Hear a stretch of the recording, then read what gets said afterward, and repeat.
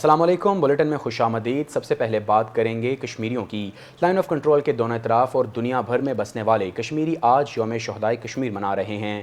13 جولائی 1931 کو سری Nagar central jail کے باہر ایک اذان جو 22 کشمیریوں کی شہادت کے بعد مکمل ہوئی، ایک اذان جو 22 لوگوں کی جان لے گئی، ایک پیغام جو کشمیری عوام کی رگوں میں لہو بن کر دوڑ رہا ہے۔ یوم شہدائے کشمیر ڈوگرا فوج کے خلاف جدوجہد اور قربانی کی لازوال داستان ہے۔ جولائی 1931 کو سری نگر سینٹرل جیل میں قید کشمیری نوجوان عبدالقدیر کے خلاف بغاوت کے مقدمے کی سماعت تھی۔ اس موقع پر ہزاروں کشمیری جیل کے باہر جمع ہوئے۔ نماز ظہر کے وقت ایک کشمیری نوجوان نے اذان کی صدا بلند کی تو ڈوگرا سپاہی نے گولی مار کر اسے شہید کر دیا۔ توحید کے پروانوں نے وہیں سے اذان کو آگے بڑھایا تو ڈوگرا سپاہی بھی گولیاں برساتے رہے۔ ایک کے بعد ایک جوان جام شہادت نوش کرتا رہا، لیکن اذان گونجتی رہی اور یوں 22 کشمیریوں نے اپنی جان دے کر اذان مکمل کی۔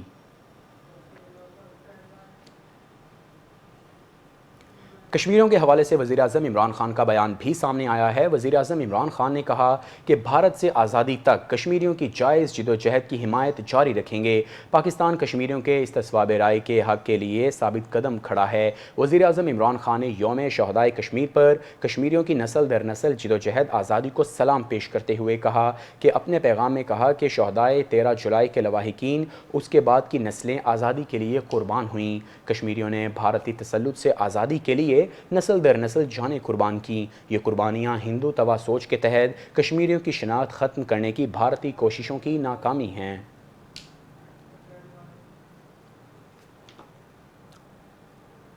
یوم شہدائے کشمیر پر مسلح افواج نے جدوجہد آزادی کشمیر کے شہداء کو خراج عقیدت پیش کیا۔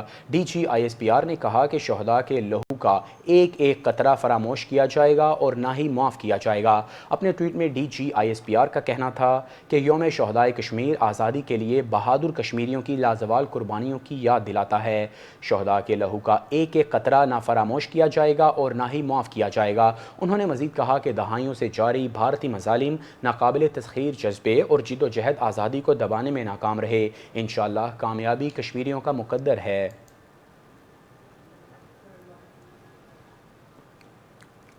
سینئر وزیر پنجاب عبدالعلیم خان کا کشمیری بھائیوں کے لیے یوم شہدائے کشمیر پر خصوصی پیغام۔ اپنے پیغام میں ان کا کہنا تھا کہ آزادی کے لیے جدوجہد کرنے والے کشمیریوں کو سلام پیش کرتے ہیں۔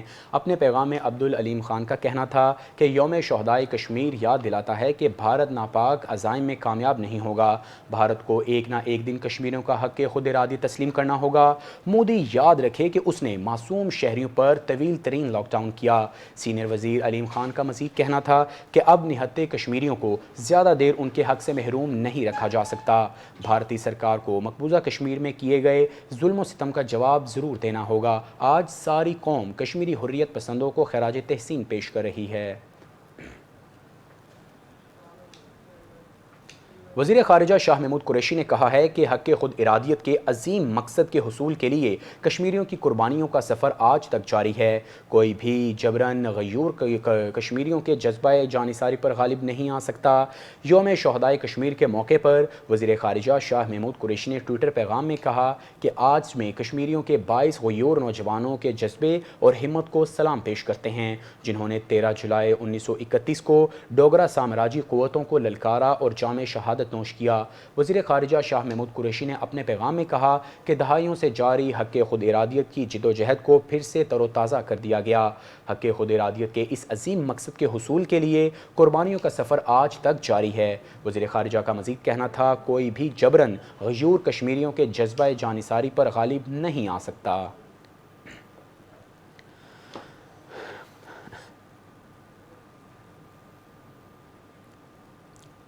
بھارتی فوج کی ایک اور مذموم کارروائی سامنے آئی ہے۔ بھارتی فوج کی جانب سے فائرنگ رکھ چکری سیکٹر میں کی گئی اور دانستہ طور پر آبادی کو نشانہ بنایا گیا۔ فوج کی جانب سے بھارتی فورسز کی فائرنگ کا منہ توڑ جواب دیا گیا۔ پاک فوج کے ترجمان میجر جنرل بابر افتخار کی جانب سے سماجی رابطوں کی ویب سائٹ پر ٹویٹ کرتے ہوئے کہا گیا کہ بھارتی فوج نے ایک مرتبہ پھر لائن آف کنٹرول کی خلاف ورزی کرتے ہوئے آبادی کو نشانہ بنایا۔ D G I S P R نے کہا کہ بھارتی فوج کی جانب سے فائرنگ رکھ چکری سیکٹر کی گئی اور دانستہ سول آبادی کو نشانہ بنایا گیا۔ بھارتی فورسز کی فائرنگ کے نتیجے میں کرنی گاؤں کی رہائشی ایک معمر خاتون زخمی ہوئی۔ پاک فوج کی جانب سے بھارتی فورسز کی فائرنگ کا منہ توڑ جواب دیا گیا۔ بلیٹن کے سلسلے کو آگے بڑھائیں اور آپ کو بتائیں پنجاب حکومت نے موبائل اور اراضی سینٹرز متعارف کرانے کا فیصلہ کیا ہے۔ وزیر اعلیٰ پنجاب سردار عثمان بزدار کا کہنا تھا کہ موبائل اراضی یونٹس کو صوبے میں قائم دیگر اراضی سینٹر سے جدید ٹیکنالوجی کے ذریعے منسلک کیا گیا۔ وزیر اعلیٰ پنجاب کا کہنا تھا کہ ان اقدامات سے دور دراز علاقوں کے لوگوں کو ان کے گھروں کے قریب زمین سے متعلقہ خدمات ملیں گی۔ درخواست گزار کے لیے ایک گھر بیٹھے فرد کا اجرا یا انتقال اراضی ممکن ہو سکے گا۔ عثمان بزدار نے مزید کہا کہ موبائل اراضی سینٹر سے خصوصی طور پر بزرگوں، بیمار افراد اور خواتین کو سہولت ملے گی۔ انہوں نے کہا کہ ای گورننس کے اس اقدام سے پنجاب میں پٹوار کلچر کا حقیقی طور پر خاتمہ ہوگا۔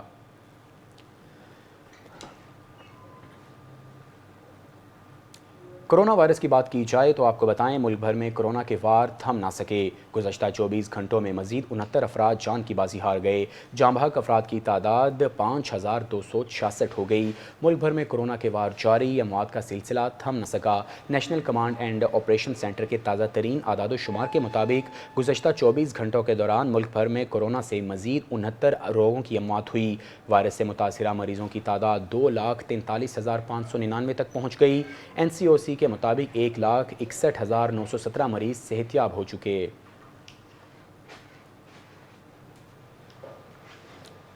جعلی اکاؤنٹس کیسز میں آصف علی زرداری کے خلاف نیا مقدمہ تیار کر لیا گیا۔ نیب نے احتساب عدالت سے آصف زرداری کا کلفٹن کراچی گھر منجمد کرنے کی استدعا کر دی۔ سابق صدر آصف علی زرداری کے خلاف 8 ارب روپے کی مشتبہ ٹرانزیکشن پر نیب تحقیقات میں اہم پیش رفت ہوئی۔ نیب کے مطابق ٹھوس شواہد ہیں کہ آصف علی زرداری نے کلفٹن کراچی کا گھر کرپشن سے بنایا۔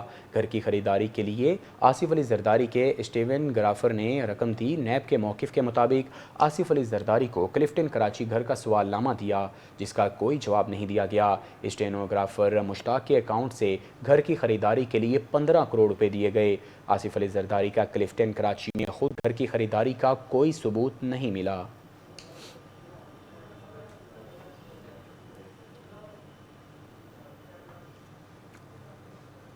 جامع مسجد ختم النبیین ابوبکر ٹاؤن میں انٹرنیشنل ختم النبوت موومنٹ کا اجلاس ہوا۔ اجلاس کی صدارت مولانا حافظ گلزار احمد آزاد نے کی۔ اجلاس میں تمام ضلعی عہدیداران نے شرکت کی۔ منکرین ختم نبوت کی سرگرمیوں پر تشویش کا اظہار کیا اور اہل اسلام سے اپیل کی کہ کئی منکرین ختم نبوت کی مصنوعات کا بائیکاٹ کریں۔